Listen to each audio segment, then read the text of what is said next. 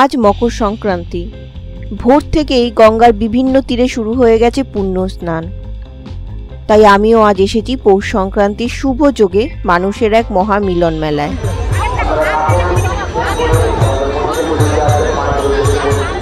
আমার আজকের গন্তব্য শুরু হলো এক অজানা গুপ্তপ্রয়াগের সন্ধানের উদ্দেশ্যে। যখন বাড়ি থেকে বেরোলাম তখনও রাত্রির কালো ছায়া বেশ গভীর। ঘড়িতে দেখলাম সকাল 4:56 বাজে। গন্তব্য সম্বন্ধে কিছু ধারণা থাকলেও এত ভোর রাত্রে নির্দিষ্ট লক্ষ্যে পৌঁছাবো কি করে তাই ভাবছি। বেশ কিছুক্ষণ অপেক্ষার পরে আশার আলো দেখালো একটি বাস নন্দীগ্রাম যাচ্ছে। এতক্ষণে একটু আশ্বস্ত হলাম, যাক ঠিক জায়গায় পৌঁছে যাব। কিন্তু কেবল ঠিক জায়গা হলেই তো চলবে না, ঠিক সময়ও পৌঁছাতে হবে। দেখা যাক কি আছে কপালে, এই ভেবে গুটিসুটি মেরে বসে রইলাম বাসে। বাসের সব সিট ভর্তি, কিন্তু কারোর মুখ দেখা যাচ্ছে না। প্রায় অন্ধকার বাসে সবাই যেন রহস্যের চাদর মুড়ি দিয়ে বসে আছে। বাসের বাইরের পৃথিবী ততক্ষণে রং বদলাতে শুরু করেছে। বাস যত নন্দকুমারের দিকে এগোচ্ছে রাত্রির কালিমা তত্ত্ব ফিকে হচ্ছে। ধীরে ধীরে পূব আকাশে মিষ্টি সোনালী রঙের আভা ছড়িয়ে উদিত হলেন সূর্যদেব। সত্যি এই দৃশ্য কখনো পুরনো হওয়ার নয়। যখনই দেখেছি মনে প্রশান্তি অনুভূত হয়েছে। বাস যখন নন্দকুমার ক্রস করলো ততক্ষণে চারিদিকে আর রাত্রির লেশমাত্র বাকি নেই।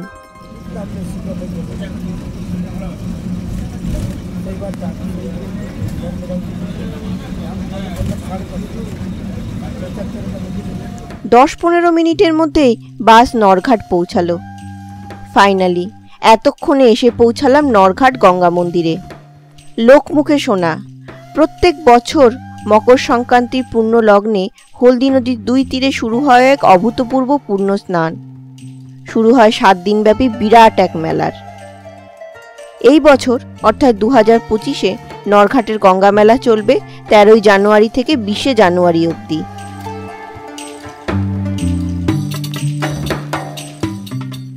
জানি এবারে ভিডিওটা দিতে একটু দেরি হয়ে গেছে। আসলে অন্যান্য একটি কাজে খুব ব্যস্ত ছিলাম, ঠিক সময় তাই ভিডিওটি এডিট করতে পারিনি। তোলা হয়ে গেছে কিন্তু সেই মকর সংক্রান্তির সময়, এডিটিংয়ে দেরি হয়ে গেল। আশা করি আপনারা বুঝবেন। যাই হোক, এবার মূল প্রসঙ্গে ফিরে আসি। সূর্যোদয়ের সঙ্গে সঙ্গে মকর সংক্রান্তির দিন গঙ্গা পূজা শুরু হয়ে যায়। এখানেও এখন মন্দিরে পুজো শুরু হয়ে গেছে। আমি যেহেতু নন্দকুমার হয়ে এসেছি তাই আমার প্রথমে পড়ল উত্তর নরঘাট গঙ্গা মন্দির।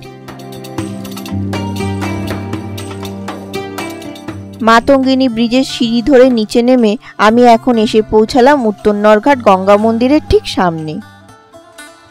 এখানে এখন ভক্তরা পুজো দিতে ব্যস্ত। জোরে জোরে বাজছে ঘন্টা। মন্দিরের মূল প্রতিমা মা গঙ্গার।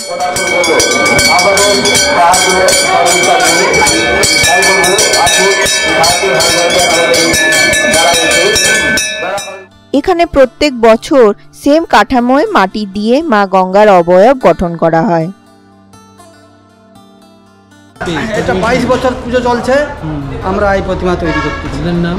আমার নাম প্রশান্ত সামন্ত, বাড়ি পানি, নন্দকুমার থানা, পূর্ব মেদিনীপুর। মা গঙ্গার প্রতিমা ছাড়াও মা কালী, শিব বিগ্রহ, রাধাকৃষ্ণ বিগ্রহ একই সঙ্গে এই মন্দিরে পুজো করা হয়।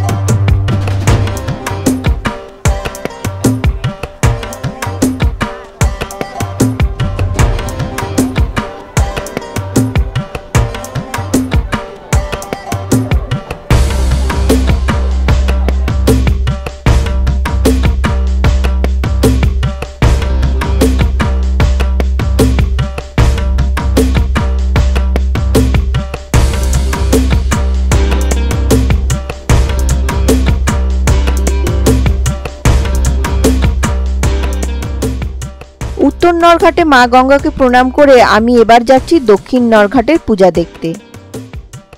মাতঙ্গিনী ব্রিজের উপর দিয়ে হলদি নদী ক্রস করে আমি এখন এসে পৌঁছেছি দক্ষিণ নরঘাট গঙ্গা মন্দিরে।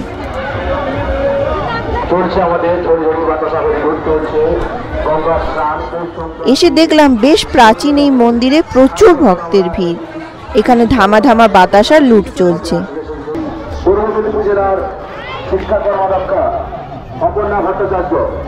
মানসিক পূর্ণ হওয়ায় ভক্তেরা প্রত্যেক বছর ধামা ধামা বাতাসা এখানে লুট দেন।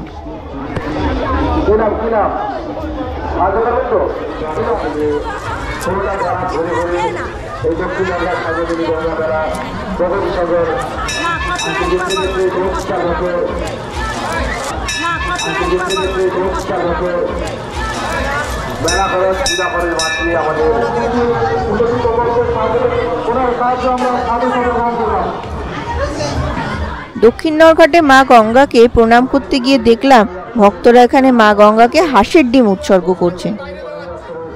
This is quite unique. আমাদের সনাতন ধর্মের বেশিরভাগ পুজো সাত্ত্বিক মতে হয়ে থাকে। অনুরূপভাবে পূজার প্রসাদ ও ভোগের ক্ষেত্রে সাত্ত্বিক মত অর্থাৎ সম্পূর্ণ নিরামিষ পদের আয়োজন করা হয়, কিন্তু এক্ষেত্রে হাঁসের ডিম ও হাঁস হলো দেবীর মূল প্রসাদ।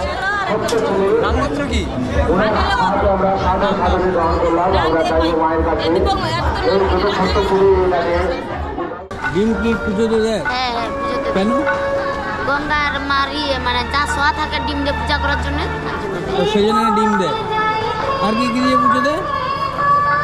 দুলফা, তুলসী, তারপর বেলপাতা, অনেক রকমের ফুল টুল দিয়ে পূজা করে। এটা কি ডিম? যে কোনো ডিম?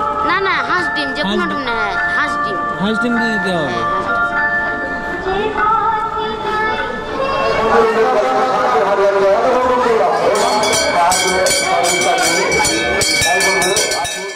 আপনাদেরও কি এরকম ভাবে হাঁসের ডিম ভগবানকে উৎসর্গ করা ইউনিক লাগলো? যদি লেগে থাকে অবশ্যই কমেন্ট করুন।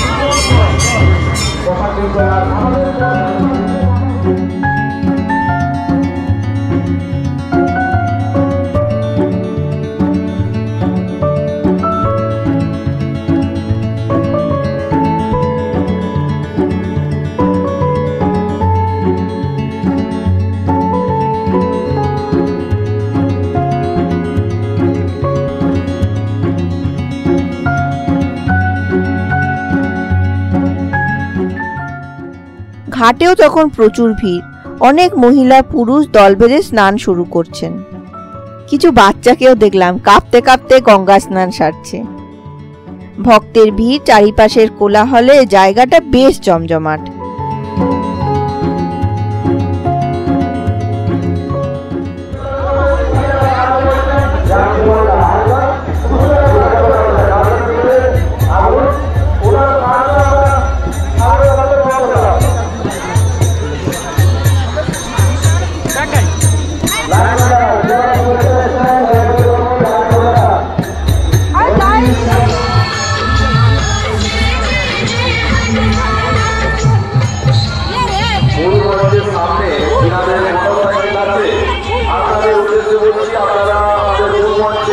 এই সাত সকালেই দেখলাম মেলা চালু হয়ে গেছে।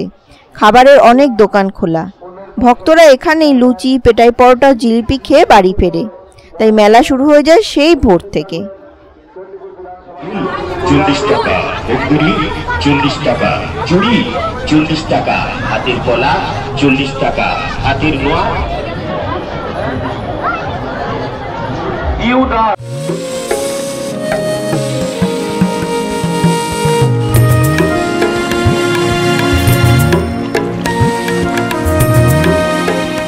2025-এর মকর সংক্রান্তির ভোর, নরঘাটের গঙ্গা পূজা, মেলা, উৎসব, কোলাহল, এই সব আমার কাছে স্মরণীয় হয়ে থাকবে চিরকাল।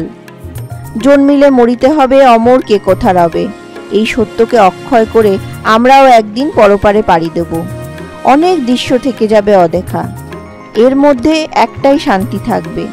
কোনো এক সময় আবার ঠিক মনে পড়ে যাবে মকর সংক্রান্তির এই ভোরের দৃশ্য। আজ আমার সঙ্গে সঙ্গে আপনারাও সাক্ষী থাকলেন সেই বিরল ভোরের।